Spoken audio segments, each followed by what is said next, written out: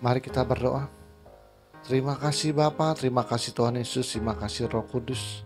Kami telah bersekutu dengan tubuh dan darah-Mu Yesus. Sebentar kami akan mendengarkan sebagian daripada kebenaran firman-Mu ya Bapa. Sebelum itu segala puji, hormat, syukur kami naikkan kepadamu Bapa, kepadamu Tuhan Yesus dan kepadamu Roh Kudus, karena Engkaulah Allah Tritunggal kami yang Esa.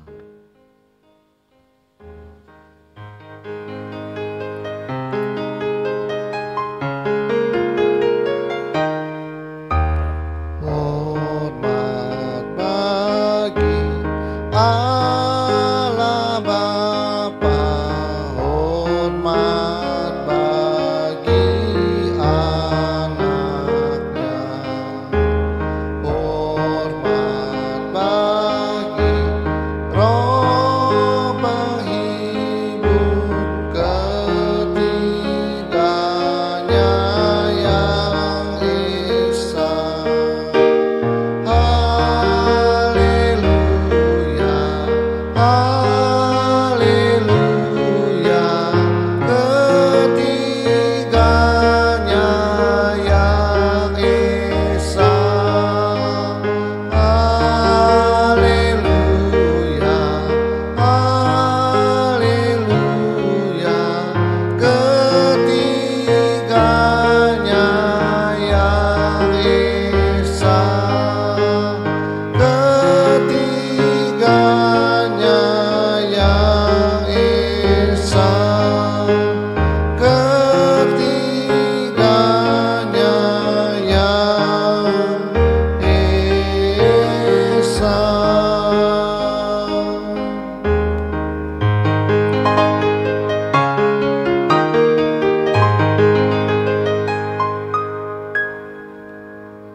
Berikanlah kami pengetahuan, pengertian, dan akal budi-Mu ya Tuhan, supaya kami menjadi orang bijaksana dan rendah hati seperti diri-Mu.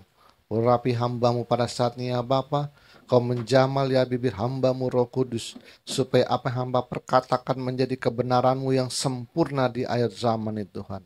Sembunyikan hamba-Mu di balik salib-Mu, biarlah Engkau semakin besar dan hamba-Mu semakin kecil.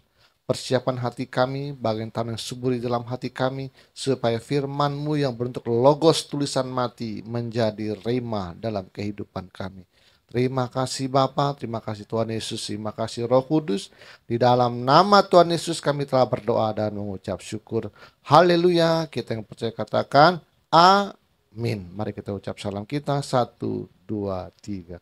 Salutam en Christo en dunameon energemata. Salam di dalam Kristus, di dalam kuasa mujizatnya.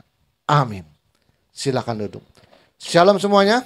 Oke, kita sudah belajar tentang kitab Deuterokanonika. Apalagi yang di dalam Kristen yang kita belum pernah belajar. Kalau kita belajar, kita habisin waktu aja. Nanti dikebut juga percuma, ya kan? Kita habisin semua yang beredar di Kristen, kita pelajari semuanya. Nah, hari ini kita belajar tentang doktrin tulip yang dianut oleh kaum reform. Nah, ini kaum reform paling fanatik dengan doktrin tulip. Ya, kita bahas saja. Ya, semuanya argumennya, tulisannya saya copas, saya taruh di fotokopi suci dan saya kasih tanggapan ATM. Kalau Anda perhatikan nanti ya, sungguh sangat mengerikan dari pandangan ATM yang kita dianugerahi dengan kebijaksanaan yang panah, ya, yang penuh cinta kasih. Kalian bisa lihat sendiri nanti doktrin pemikiran seperti apa. Kesannya bengis bener. Nggak kelihatan. Pertama, tulip. Itu nama bunga, namanya tulip, bunga tulip. Nah, T-nya berarti total depravity. Artinya kepercayaan kepada kebejatan total. Jadi moral manusia ini total rusak. Tidak, ya, nggak bisa memperbaiki dirinya. Ya. Doktrin ini berpandangan dalam keberdosaan meliputi semua aspek kehidupan dan eksistensi manusia melalui kejatuhan manusia. Manusia ternoda oleh dosa dalam setiap aspek. Hati, emosi, keinginan, pikiran, dan tubuh. Ini berarti manusia tidak dapat secara mandiri memilih Tuhan. Mereka tidak dapat menyelamatkan diri mereka sendiri. Tuhan harus campur tangan untuk menyelamatkan manusia.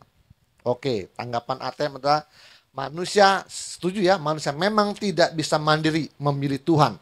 Karena harus Allah yang mencari manusia. Gambarannya adalah Tuhan yang mencari Adam dan Hawa pada waktu di Taman Eden. Ngomongnya apa? Di manakah engkau? Artinya Tuhan memang yang berinisiatif untuk mencari Allah. Jika manusia coba-coba cari Allah di gunung yang tinggi, ketemu nggak? Atau di lembah yang paling bawah, nggak ketemu juga. Di laut dasar paling di bumi, ketemu nggak? Nggak ada Tuhan. Memang, untuk pemandangan ini kita setuju bahwa tidak ada manusia yang bisa mandiri untuk mencari Tuhan. Calvinis menegaskan bahwa Tuhan harus melakukan semua pekerjaan, mulai dari memilih mereka yang akan diselamatkan hingga menguduskan mereka sepanjang hidup mereka hingga mereka meninggal dan pergi ke surga. Manusia sudah rusak total. Ini menurut Calvinis ya. Jadi manusia tidak mampu untuk menyelamatkan diri sendiri. Dosa merusak rasio emosi dan kehendak. Alkitab menyatakan bahwa pada mulanya Allah menciptakan manusia.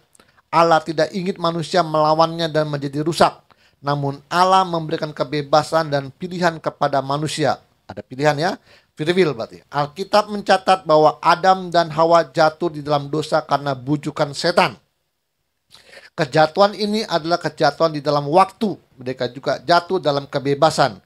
Kebebasan mereka adalah kebebasan yang netral. Jadi mereka bisa memilih untuk taat atau melawan Tuhan. Akibat kejatuhan itu bagi seluruh manusia adalah semuanya mendapatkan dosa warisan. Akhirnya seluruh manusia tidak mampu secara total. Secara total tidak mampu. Itu mempengaruhi rasio, emosi, dan kehendak. Rasio tidak lagi bisa mengerti kebenaran Tuhan dan kesucian Tuhan. Emosi tidak lagi bisa suci sesuai standar Tuhan. Kepekaan emosi itu menjadi tumpul dan bersifat antroposentris. Apa tuh antroposentris? Apa tuh? Sentirnya kepada antropos, kepada manusia. Ingat antropos theos ya, manusia antropos ya. Center, jadi berpikirnya secara manusia. Akhirnya seluruh kehendak dan tindakan manusia pasti berdosa. Nah, lihat seluruh kehendak dan tindakan manusia pasti berdosa. Tanggapan ATM adalah, dalam kitab Kejadian tidak ditemukan kata bahwa Allah memberikan kebebasan atau free will. Benar? Baik tersirat maupun tersurat, yang ada hanya buah ini tidak boleh kau makan, pada hari engkau makannya engkau akan mati. Ada nggak dikasih pilihan? Tidak ada. Saya udah khotbah kan bahwa di dalam kehidupan manusia sebenarnya tidak ada free will. Yang ada free will itu adalah pandangan dari, kembali lagi, antroposentris. Manusia yang bilang. Ini contohnya, ini pandangannya dari sini. Kalau Anda nasihatin anaknya udah gede, makin 20, 21, 23, terus sampai 25. Nggak, ibu, aku mau seperti ini. Terserahlah, kita selalu ngomong terserah. Itu memang manusia yang suka ngomong terserah. Berarti memang memberikan pilihan itu kepada manusia, benar? Di dalam Tuhan, Tuhan tidak pernah ngomong terserah. Boleh baca Alkitab di mana ada terserahlah. Udah capek didiknya dari zaman Musa gitu. Udah capek, terserahlah. Nggak ada. Kenapa di dalam doktrin ada free will, kehendak bebas? Karena itulah antroposentris. Kita berpikir dari secara manusia diterapkan kepada Tuhan. Itu dia. Di dalam Tuhan tidak ada terserah. Sakarat mula. Nggak ada. Boleh baca ada kitab, nggak ada. Kata terserah sakaratmu itu antroposentris. Pemikiran, pemahaman manusia diterapkan kepada Tuhan. Sama aja dengan doktrin perpuluhan, kan antroposentris itu. Kalau tidak memberi, akan dikasih kutuk belalang pelahap. Kalau engkau memberi, engkau akan diberkati 10 kali lipat dan 100 kali lipat berkelimpahan. Kalau saya beri, saya berbuat baik. Tuhan baik juga memberikan saya berkat. Kalau saya tidak beri, Tuhan jadi jahat dan mengutuk saya dengan belang pelahap. Itu kan manusia, Pak. Kalau Anda tidak memberi, Tuhan baik atau jadi jahat? Tetap baik. Pemikirannya antroposentris, itu dia sendiri yang udah ngomong kok. Antroposentris. Anda berpikir secara manusia, diterapin kepada Tuhan. Tuhan jauh dengan manusia. Kacau deh. Oke, nah kan saya tanggapin terus nih. Nah, ya, yang mau dengar khotbah ini Anda boleh tertawa semuanya nanti di sosial media. Ada kata lagi, tidak lagi bisa mengerti kebenaran Tuhan dan kesucian Tuhan. Nah, dia bilang tidak bisa lagi karena rusak total. Ada kata tidak lagi bisa mengerti kebenaran Tuhan dan kesucian Tuhan. Tanggapan ATM, tidak bisa lagi. Tuh, yang hitam itu, tidak lagi bisa mengerti kebenaran Tuhan dan kesucian Tuhan. Ada kata lagi. Kata lagi menyatakan bahwa dulu pernah bisa. Tidak bisa lagi. Artinya dulu pernah bisa. Benar? Tanggapan Ateb, memangnya tadinya bisakah? Sebelum yang bisa. Sebelum makan buah pengetahuan, memang tadinya bisa? Nggak bisa juga kok. Masih goblok. Pakai celana aja nggak bisa loh. Nggak ngerti pakai celana. Lalu diciptakanlah Adam dan Hawa. Mereka telanjang dan mereka tidak merasa malu. Loh, pakai celana aja gak bisa. Gimana dia dulunya pernah bisa tentang kesucian dan kehendak Tuhan? Baca Alkitab. Pakai celana aja belum bisa. Kalau anak-anak baru umur 3-4 tahun, siapa yang pakaiin celana? Orang tua. Bisa gak pakai celana sendiri? Nggak bisa. Jadi argumen Tuhan bahwa tidak bisa lagi mengerti kebenaran dan kesucian Tuhan adalah keliru. Karena memang aslinya memang nggak bisa. Makanya setelah jatuh dalam dosa, yang memakaikan baju dan celana siapa? Tuhan. Lalu Tuhan mengorbankan hewan binatang dan memberikan pakaian, memakan kepada mereka. Yang pakai baju dan celana adalah orang tua kita, bapak kita yang di sorga. Lu pakai celana aja belum bisa. Bagaimana bisa mengerti tentang kesucian dan kebenaran Tuhan? Pakai celana aja belum bisa. Tuh kan kacau semua. Di pandangan ATM tuh ini kayak rusak semua. Kacau balau ceritanya kita. Tidak ditemukan dalam kitab suci bahwa manusia pernah bisa mengerti kebenaran dan kesucian Tuhan. Tidak pernah bisa. Memang sebelum juga nggak bisa kok. Manusia itu hanya bisa mengerti jika Tuhan dulu yang mengajarnya. Sama kayak anak kecil. Kita yang ngajarin dulu baru ngerti. Diajarin terus pakai celana, pakai baju, pakai kaos 3 tahun, 4 tahun, 5 tahun. Lama-lama udah 5 tahun. Ibu, aku mau pakai sendiri, aku bisa. Yang ngajarin siapa? Orang tuanya. Jadi kalau sampai bisa, yang ngajarinnya bapak. Bapakmu. Melalui rohnya. Ada lagi yang dia bilang dalam Calvinis. Sinful nature menghancurkan kehendak bebas manusia. Sinful nature itu apa? Dosa asal. Dosa kodratnya itu dosa. Nature itu kan alam, kodrat. Ketika dikatakan bahwa manusia sungguh rusak, maka kerusakan itu sesungguhnya tidak berasal sampai titik tertentu. Manusia tidak berdaya untuk memperbaui diri sendiri, kecuali Allah Roh Kudus bekerja dalam diri orang tersebut. Ya, manusia tidak bisa memperbarui ya. Ini berarti manusia tidak memiliki inisiatif untuk mencapai kesucian Tuhan. Manusia tidak bisa mengubah hidupnya menjadi orang suci dan dengan kekuatan sendiri. Kejatuhan manusia adalah kejatuhan di dalam waktu yang membuatnya kehilangan potensi kekekalan. Upah dosa ialah maut. Jadi manusia tidak bisa menjalankan kehendak Tuhan kecuali Allah Roh Kudus bekerja dalam diri orang tersebut. Nah, saya tanggapin. Ini bahwa manusia tidak bisa memiliki inisiatif untuk mencapai kesucian Tuhan. Kalau tidak dipilih dan tidak dipanggil, inisiatif itu datang dari mana? Ya memang nggak akan bisa itu. Karena tidak ada yang mengajar mereka. Oke, tanggapan ATM. Apakah benar manusia tidak dapat membaharui dirinya sendiri? Apakah benar bahwa manusia tidak dapat membaharui dirinya sendiri? Benar nggak? Benar nggak? Coba dia bilang, manusia tidak berdaya untuk memperbarui dirinya sendiri. Oke, tanggapan saya. Mungkin yang dimaksud membaru diri adalah buruk menjadi baik dan suci. Pastinya. Membaru diri artinya dari buruk menjadi baik.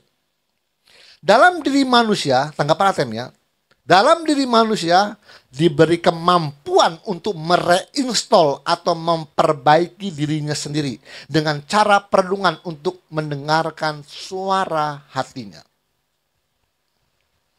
Pertanyaannya adalah, apakah dengan mengikuti petunjuk suara hati itu bukan kehendak Allah? Ayo. Dia bilang manusia tidak berdaya untuk memperbaui dirinya. Ternyata manusia diberi kemampuan untuk mereinstall, untuk memperbaiki dirinya sendiri. Dengan cara perenungan. Orang Buddha bilang meditasi. Nah, pertanyaannya, sesuatu orang itu merenungkan dalam dirinya untuk mengikuti petunjuk suara hatinya. Pertanyaan saya adalah, suatu seseorang mengikuti suara hatinya, apakah itu bukan kehendak Allah? Harusnya apa? Itu kehendak Allah. Karena suara hati sudah ditaruh dalam diri manusia dan itu merupakan kehendak dia. Cuma nggak sempurna. Cuma itu aja. Anda waktu mengikuti suara hatimu, Anda sudah mengikuti kehendak Allah. Saya sudah pernah bilang, waktu Anda mengikuti suara hatimu, engkau sesungguhnya ya telah melakukan berpihak kepada Allah. Pada hakikatnya, waktu seseorang mengikuti suara hatinya, pada hakikatnya dia sudah berpihak kepada Allah. Loh, kalau semua manusia ini saya kasih tahu ya, kalau mengikuti suara hatinya, iblis pasti kalah total. Lo jangan jahat. Kalau mau nyontek, aduh nggak enak. Kalau mau berselingkuh dengan istri tetangga, dia ngikutin terus, tuh. Kalau mau maling, gitu. Mau korupsi, suaranya gitu. Kalau diikutin semua, iblis pasti kalah kok. Tapi masalahnya, Tuhannya tidak milih dan tidak manggil ya. Jadinya kacau balau semua. Nggak ada yang ngajar. Hidup semaunya dewe. Sama anak kita dari kecil didik dia. Kita maunya dia jadi orang nanti ke depannya. Harus ada yang bimbing. Kalau dilepas begitu, memang dia punya suara hati, tapi hidupnya semaunya, ada yang jadi begal, benar? Anda jadi begal aja, Anda udah nggak keluar-keluar. Ada yang mukanya ditatoin, rambutnya pangki, kacau balau. Anda tetap punya hati, tapi tetap nggak diikutin toh. Jadi pernyataan yang salah kalau bahwa manusia tidak dapat memperbaui dirinya sendiri. Dalam hal dari buruk menjadi baik, bisa. Karena manusia diberi kemampuan untuk mereinstall dirinya sendiri sesuai dengan petunjuk suara hati. Dan mengikuti suara hati adalah merupakan kehendak Allah. Kejatuhan manusia dalam dosa mendatangkan hukuman dan kematian, sementara rohani dan kekal. Semua manusia berdosa terpisah dari Tuhan dalam keberdosaan. Kerohanian manusia mati, jadi manusia harus mendapatkan pembaruan dari Tuhan. Kalau tidak, ia akan mendapatkan kematian kekal dalam hukuman Tuhan. Dosa selalu memiliki nilai konsekuensi. Tidak ada kejatuhan yang bersifat relatif. Kejatuhan itu bersifat mutlak. Kejatuhan itu menghasilkan akibat dalam keberdosaan. Manusia tidak memiliki kemampuan untuk mengerti hal-hal rohani. Pembaruan dari Tuhan memberikan kemampuan tersebut. Charles Hort menyatakan bahwa manusia berdosa bisa mengerti pengetahuan tentang Tuhan, tetapi bisa mengerti hal-hal rohani. Menyatakan bahwa manusia berdosa bisa mengerti pengetahuan tentang Tuhan, tetapi tidak bisa mengerti hal-hal rohani.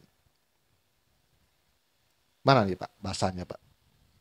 Manusia berdosa bisa mengerti pengetahuan tentang Tuhan, tetapi tidak bisa mengerti hal-hal rohani. Ini bahasanya nggak ngerti nih. Ngerti tentang Tuhan, tapi nggak bisa sifat rohani. Loh, kita kan mengerti Tuhan kan sifatnya rohani juga ya. Nah, itu makanya kita kalau selalu ngutip dengan ahli ini ya begini bahasanya. Oke. Oke. Menurut Calvin, berpendapat bahwa manusia bisa mengerti tentang Tuhan, namun tidak bisa menjalankan hal-hal yang berhubungan dengan ketuhanan tersebut. Tadinya dia bilang, si Charles Hort berkata, manusia bisa mengerti tentang Tuhan tapi tidak bisa mengerti hal-hal rohani. tahu tentang Tuhan tapi rohani nggak bisa. Calvin berpendapat manusia bisa mengerti tentang Tuhan, namun tidak bisa menjalankan hal-hal yang berhubungan dengan ketuhanan tersebut. Masa?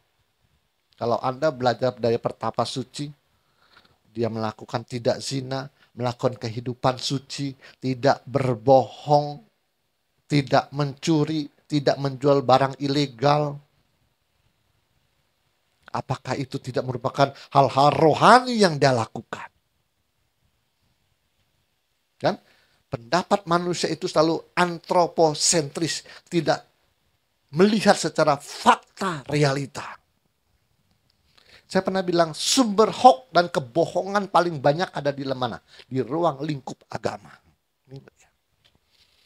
Coba kita itu kalau punya pendapat, berargumen, lihat juga realita. Jangan sampai kita punya pemikiran tidak sesuai realita. Kalau punya pemikiran tidak sesuai realita, namanya halu. Oke. Apa terus coba? Ini berarti manusia dengan kekuatan sendiri pasti gagal. Manusia bisa terlihat saleh namun tetap tidak selamat tuh. Manusia bisa, saya hitamin makanya. Manusia bisa terlihat saleh namun tetap tidak bisa selamat karena kesalehannya tidak sempurna dan ia tidak lahir baru. Tanggapan ATM.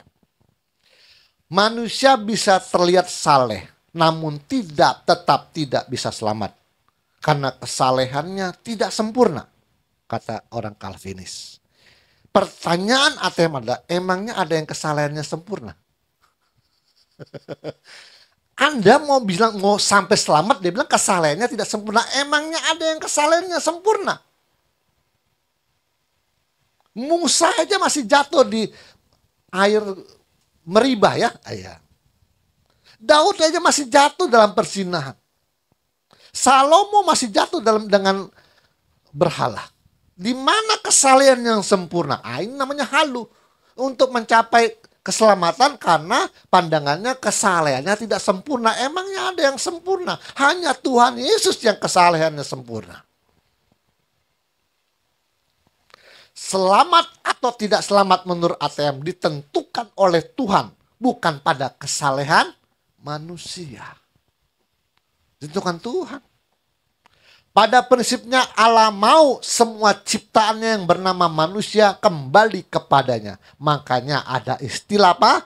Natas, nitis, netes. Ini prinsip daripada ATM nih. Jadi supaya jangan jadi hakim dunia, jadi hakim atas manusia, harus punya pegang ini. Yang pepatah Jawa ini. Natas, nitis, netes. Natas artinya kita berasal dari Tuhan. Nitis artinya hidup di dalam Tuhan. Dan netes dan akan kembali kepada Tuhan. Anda kalau pertapa suci, jangan hakimi dulu. Masuk neraka, belum. Tuhan akan pertimbangkan nanti. Kalau dulu orang ini semuanya melakukan segala sesuatu kan berdasarkan presaposisinya, saya sudah bilang. Mengerti tentang kebenaran segantung pradugaan dalam hatinya. Zaman dulu, setiap masalah dan pencobaan, manusia selalu cari kambing hitam. Ini sifatnya, ini antroposentris lagi. Antroposentris. Setiap ada masalah, setiap ada kecelakaan, setiap ada pencobaan, manusia dengan gampangnya mencari kambing hitam dan berkata, ini ujian daripada Tuhan. Enak kan? Ada pencobaan, ada masalah, kecelakaan, apa? Oh, ini ujian dari Tuhan, ujian dari Allah. Enak kan? Buang aja ke Tuhan. Tapi manusia tidak pernah introspeksi. Dengar nih. Kenapa tidak berkata, semua ini akibat keputusan kebodohanku? Kenapa lu mau cari kambing hitam? Ini posisi yang salah. Manusia selalu bilang apa-apa Tuhan. Masalah, kecelakaan, pencobaan, oh langsung dipercaya ini adalah ujian dari Allah. Kenapa nggak pernah berkata apa yang telah terjadi atas kebodohanku, keputusan kebodohanku? Coba banyak dari Tuhan apa dari bodoh manusia? Ayo ngaku aja gitu jujur ya. Saya jujur atas apa yang terjadi di kehidupan saya itu adalah keputusan saya kebanyakan. Kecuali Anda lagi nyebrang duar nggak? Itu di luar keputusan kita, mati terus atau kakinya patah. Itu Anda bisa berkata, Tuhan gak jaga kita. Allah, tapi hari-harinya banyak keputusan manusia apa cobaan dari Tuhan coba. Ada lagi. Ya ini saya mau rombak presasosius supaya main dua. Tuhan dan manusia. Manusia lebih banyak. Kalau kita seseorang mengkritik doktrin gereja, mengkritik doktrinnya pendeta, atau mengkritik perilakunya manusia, rame-rame di kolom komentar berkata, jangan menghakimi. Wah, mantap nih. Lihat, nah, kan hebat ya. Kalau ada seseorang yang mengkritik doktrinnya pendeta yang khotbah, atau mengkritik perilakunya pendeta yang dia lihat, langsung di kolom komen bilang, jangan menghakimi. Artinya dalam penilaian dia, saya salah. Dia sudah menilai saya salah. Dia benar. Saya menjadi hakim atas pendeta itu. Saya menjadi penilai atas pendeta itu. Dengar nih, perhatiin. Sewaktu Anda berkata, jangan menghakimi, sesungguhnya Anda sudah jadi hakim saya. Ini benar kan dicoba? Saya ke sana. Dia ke sini. Dengar. Bukankah dengan engkau mengatakan, kau kan menganggap aku salah telah menilai dia. Engkau mau jadi hakim saya. Kau menilai saya? Saya menilai sana. Kamu nilai saya salah. Kamu jangan hakimi saya dong. Sesungguhnya orang yang berkata jangan menghakimi, dia sedang menghakimi juga. Oh, mito. Pak, terus yang benar gimana menurut ATM yang bijaksana? Yang benar, kalau orang nilai diem aja, jangan ikut-ikutan nilai. Jadi saya nggak masuk menghakimi Anda. Pak, gini-gini, ya terserah Anda. Ya, saya nggak ikutan. Nah, itu yang benar. Kalau Anda bilang, jangan menghakimi kamu Pak, itu hamba Tuhan. Loh, Anda juga sedang menghakimi saya kok, menilai saya kok. Pak, kan salah atau benar biar Tuhan yang nilai. Ya kamu juga serahkan kepada Tuhan, jangan nilai saya salah, serahkan kepada Tuhan juga dong. Anda jangan nilai saya. Saya bilang ini pendeta bobrok. Saya bilang ini ngawur ini. Terus Anda jangan menilai saya. Benar atau salah biarlah pada Tuhan. Ya udah, Anda juga jangan bilang bilang saya menghakimi. Anda sedang nilai saya kok. Tuh, makanya orang yang bilang jangan menghakimi sebenarnya sedang menghakimi. Rombak semua saya pemikiran di Aten. Kan orang kita kan korbannya selalu introspeksi ke dalam dulu, jangan ke sana terus. Jadi yang benar gimana Pak? Diam.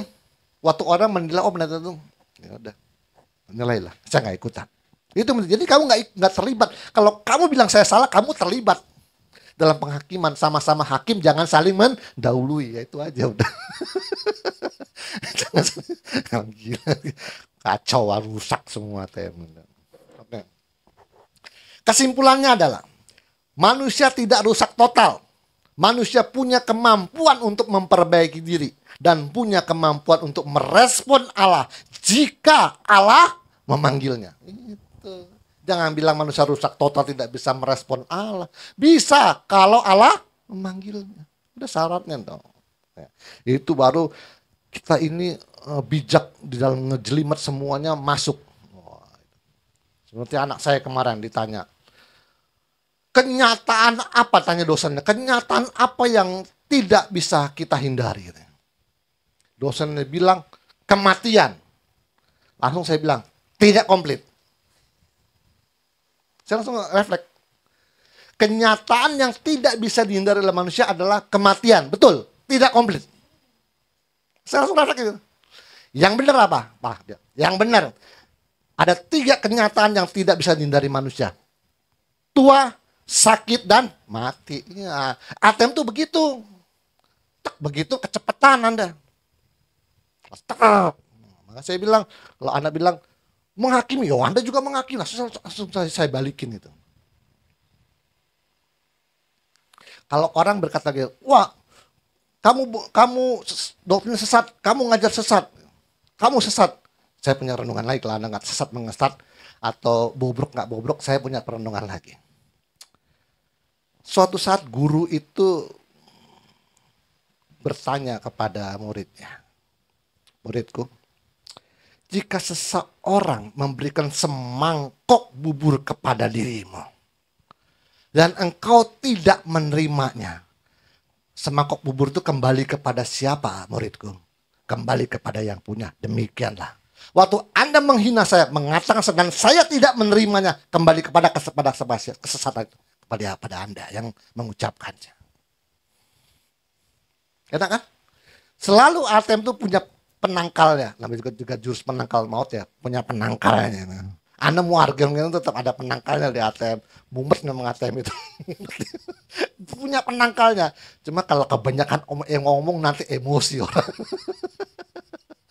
Dengan diem Pak, jangan banyak ngomong ya. Ya kalau ditanya saya jawab, kalau enggak nah, Anda nanti timbul penderitaan Anda. Lah banyak ngomong. Oke. U-nya apa? Sudah berapa menit? Saya mau 30 menit aja nih, santai aja.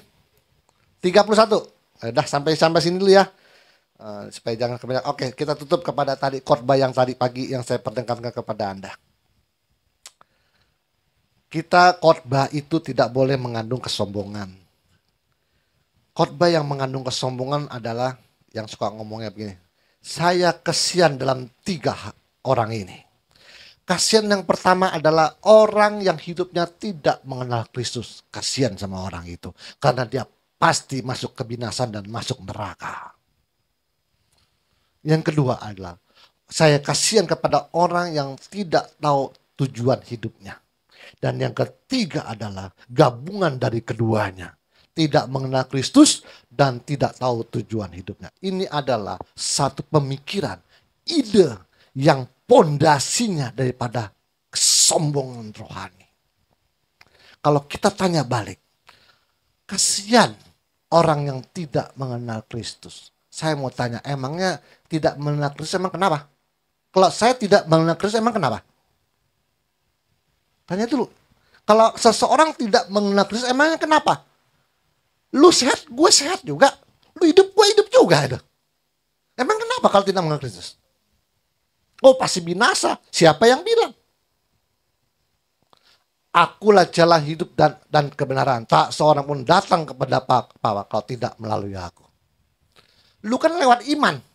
Dalam hidup ini masuk ke gua nanti lewat hakim nanti. Sama-sama. Hakimnya siapa? Yesus. Lu iman kepada Yesus, saya hakimnya Yesus. Sama aja. Orangnya sama juga. Kenapa Anda nuntun saya kebinasan? Belum. Tunggu hakimnya aja. Kalau mau adu-aduan sombong kan begitu. Ya kan? Imannya kepada Yesus kan. Saya juga hakimnya Yesus. Saya juga hakimnya Yesus. Kenapa Anda nuntun saya binasa? Entah, tunggu aja bos. Bos besar, big boss. Ya kan? Pusing kan Anda? Pusing Anda. Jadi gimana Anda itu mau tidak mati selama-lamanya? Cara ngajar dan khotbahnya pondasinya masih kesombongan. Kasihan kepada orang yang tidak tahu tujuan hidupnya. Saya kasih tahu kalau orang ya tidak dipanggil Tuhan dan tidak dipilih Tuhan, orang itu punya ambisi menjadi kaya. Itu tujuan hidupnya nggak? Iya tujuan hidupnya. Jangan ngomong Tuhan karena dia tidak dipilih. Maklumi dia. Dia punya ambisi. Wah ini sakit saya harus menciptakan obat. Itu ambisi dia. Tujuan hidupnya supaya dia berguna bagi manusia ini. Dia ciptakan ambisi yang menciptakan teknologi. Itu dia punya ambisi. Dia punya tujuan hidupnya apa? Untuk meringankan penderitaan manusia. Segala sesuatu teknologi. Apapun yang ditemukan manusia tujuannya satu kok. Supaya mengurangi penderitaan. Teknologi apapun, obat apapun, semuanya mengurangi penderitaan. Memang tidak bisa memutus kematian, tapi dia mengurangi penderitaan. Anda dulu setrika, isi areng, gosok lagi, goyang lagi, banyak. Diciptakan setrika listrik, ngurangnya penderitaannya. Iya. Bodoh-bodoh bener kita hidup cara berpikirnya. Setiap teknologi pengobatan apapun yang diciptakan, tugas mereka punya satu prinsip untuk meringankan penderitaan manusia. Anda dulu masak nasi itu dimasak dulu, direbus, masukin dalam kukusan, tutup lagi. Double kerja, sekarang tinggal pencet, tak, tinggal tunggu, tinggal aja ke pasar. Nanti juga udah bisa ngangkat-ngangkat sendiri. Kan semuanya diciptakan untuk mengurangi. Itu tujuan dia mulia nggak? Mulia. Apa yang kasihan? Yang kasihan lu, yang ciptain lu tinggal pakai. Yang kasihan tuh lu nggak bisa ngapa-ngapain. Yang ciptain dia, lu tinggal pakai. Yang kasihan malu lu gitu.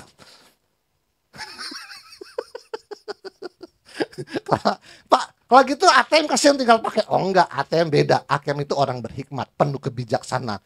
Lu ciptain capek-capek, gue tinggal nikmati aja tanpa melekat. Enggak, rusak, buang, ganti baru. Tanpa melekat. Ada orang barang rusak, rusak, aduh hilang barangnya, nangis. ATM enggak, rusak, buang. ATM menangnya apa? Penderitaan tanpa kemelekatan. Itu hebatnya ATM.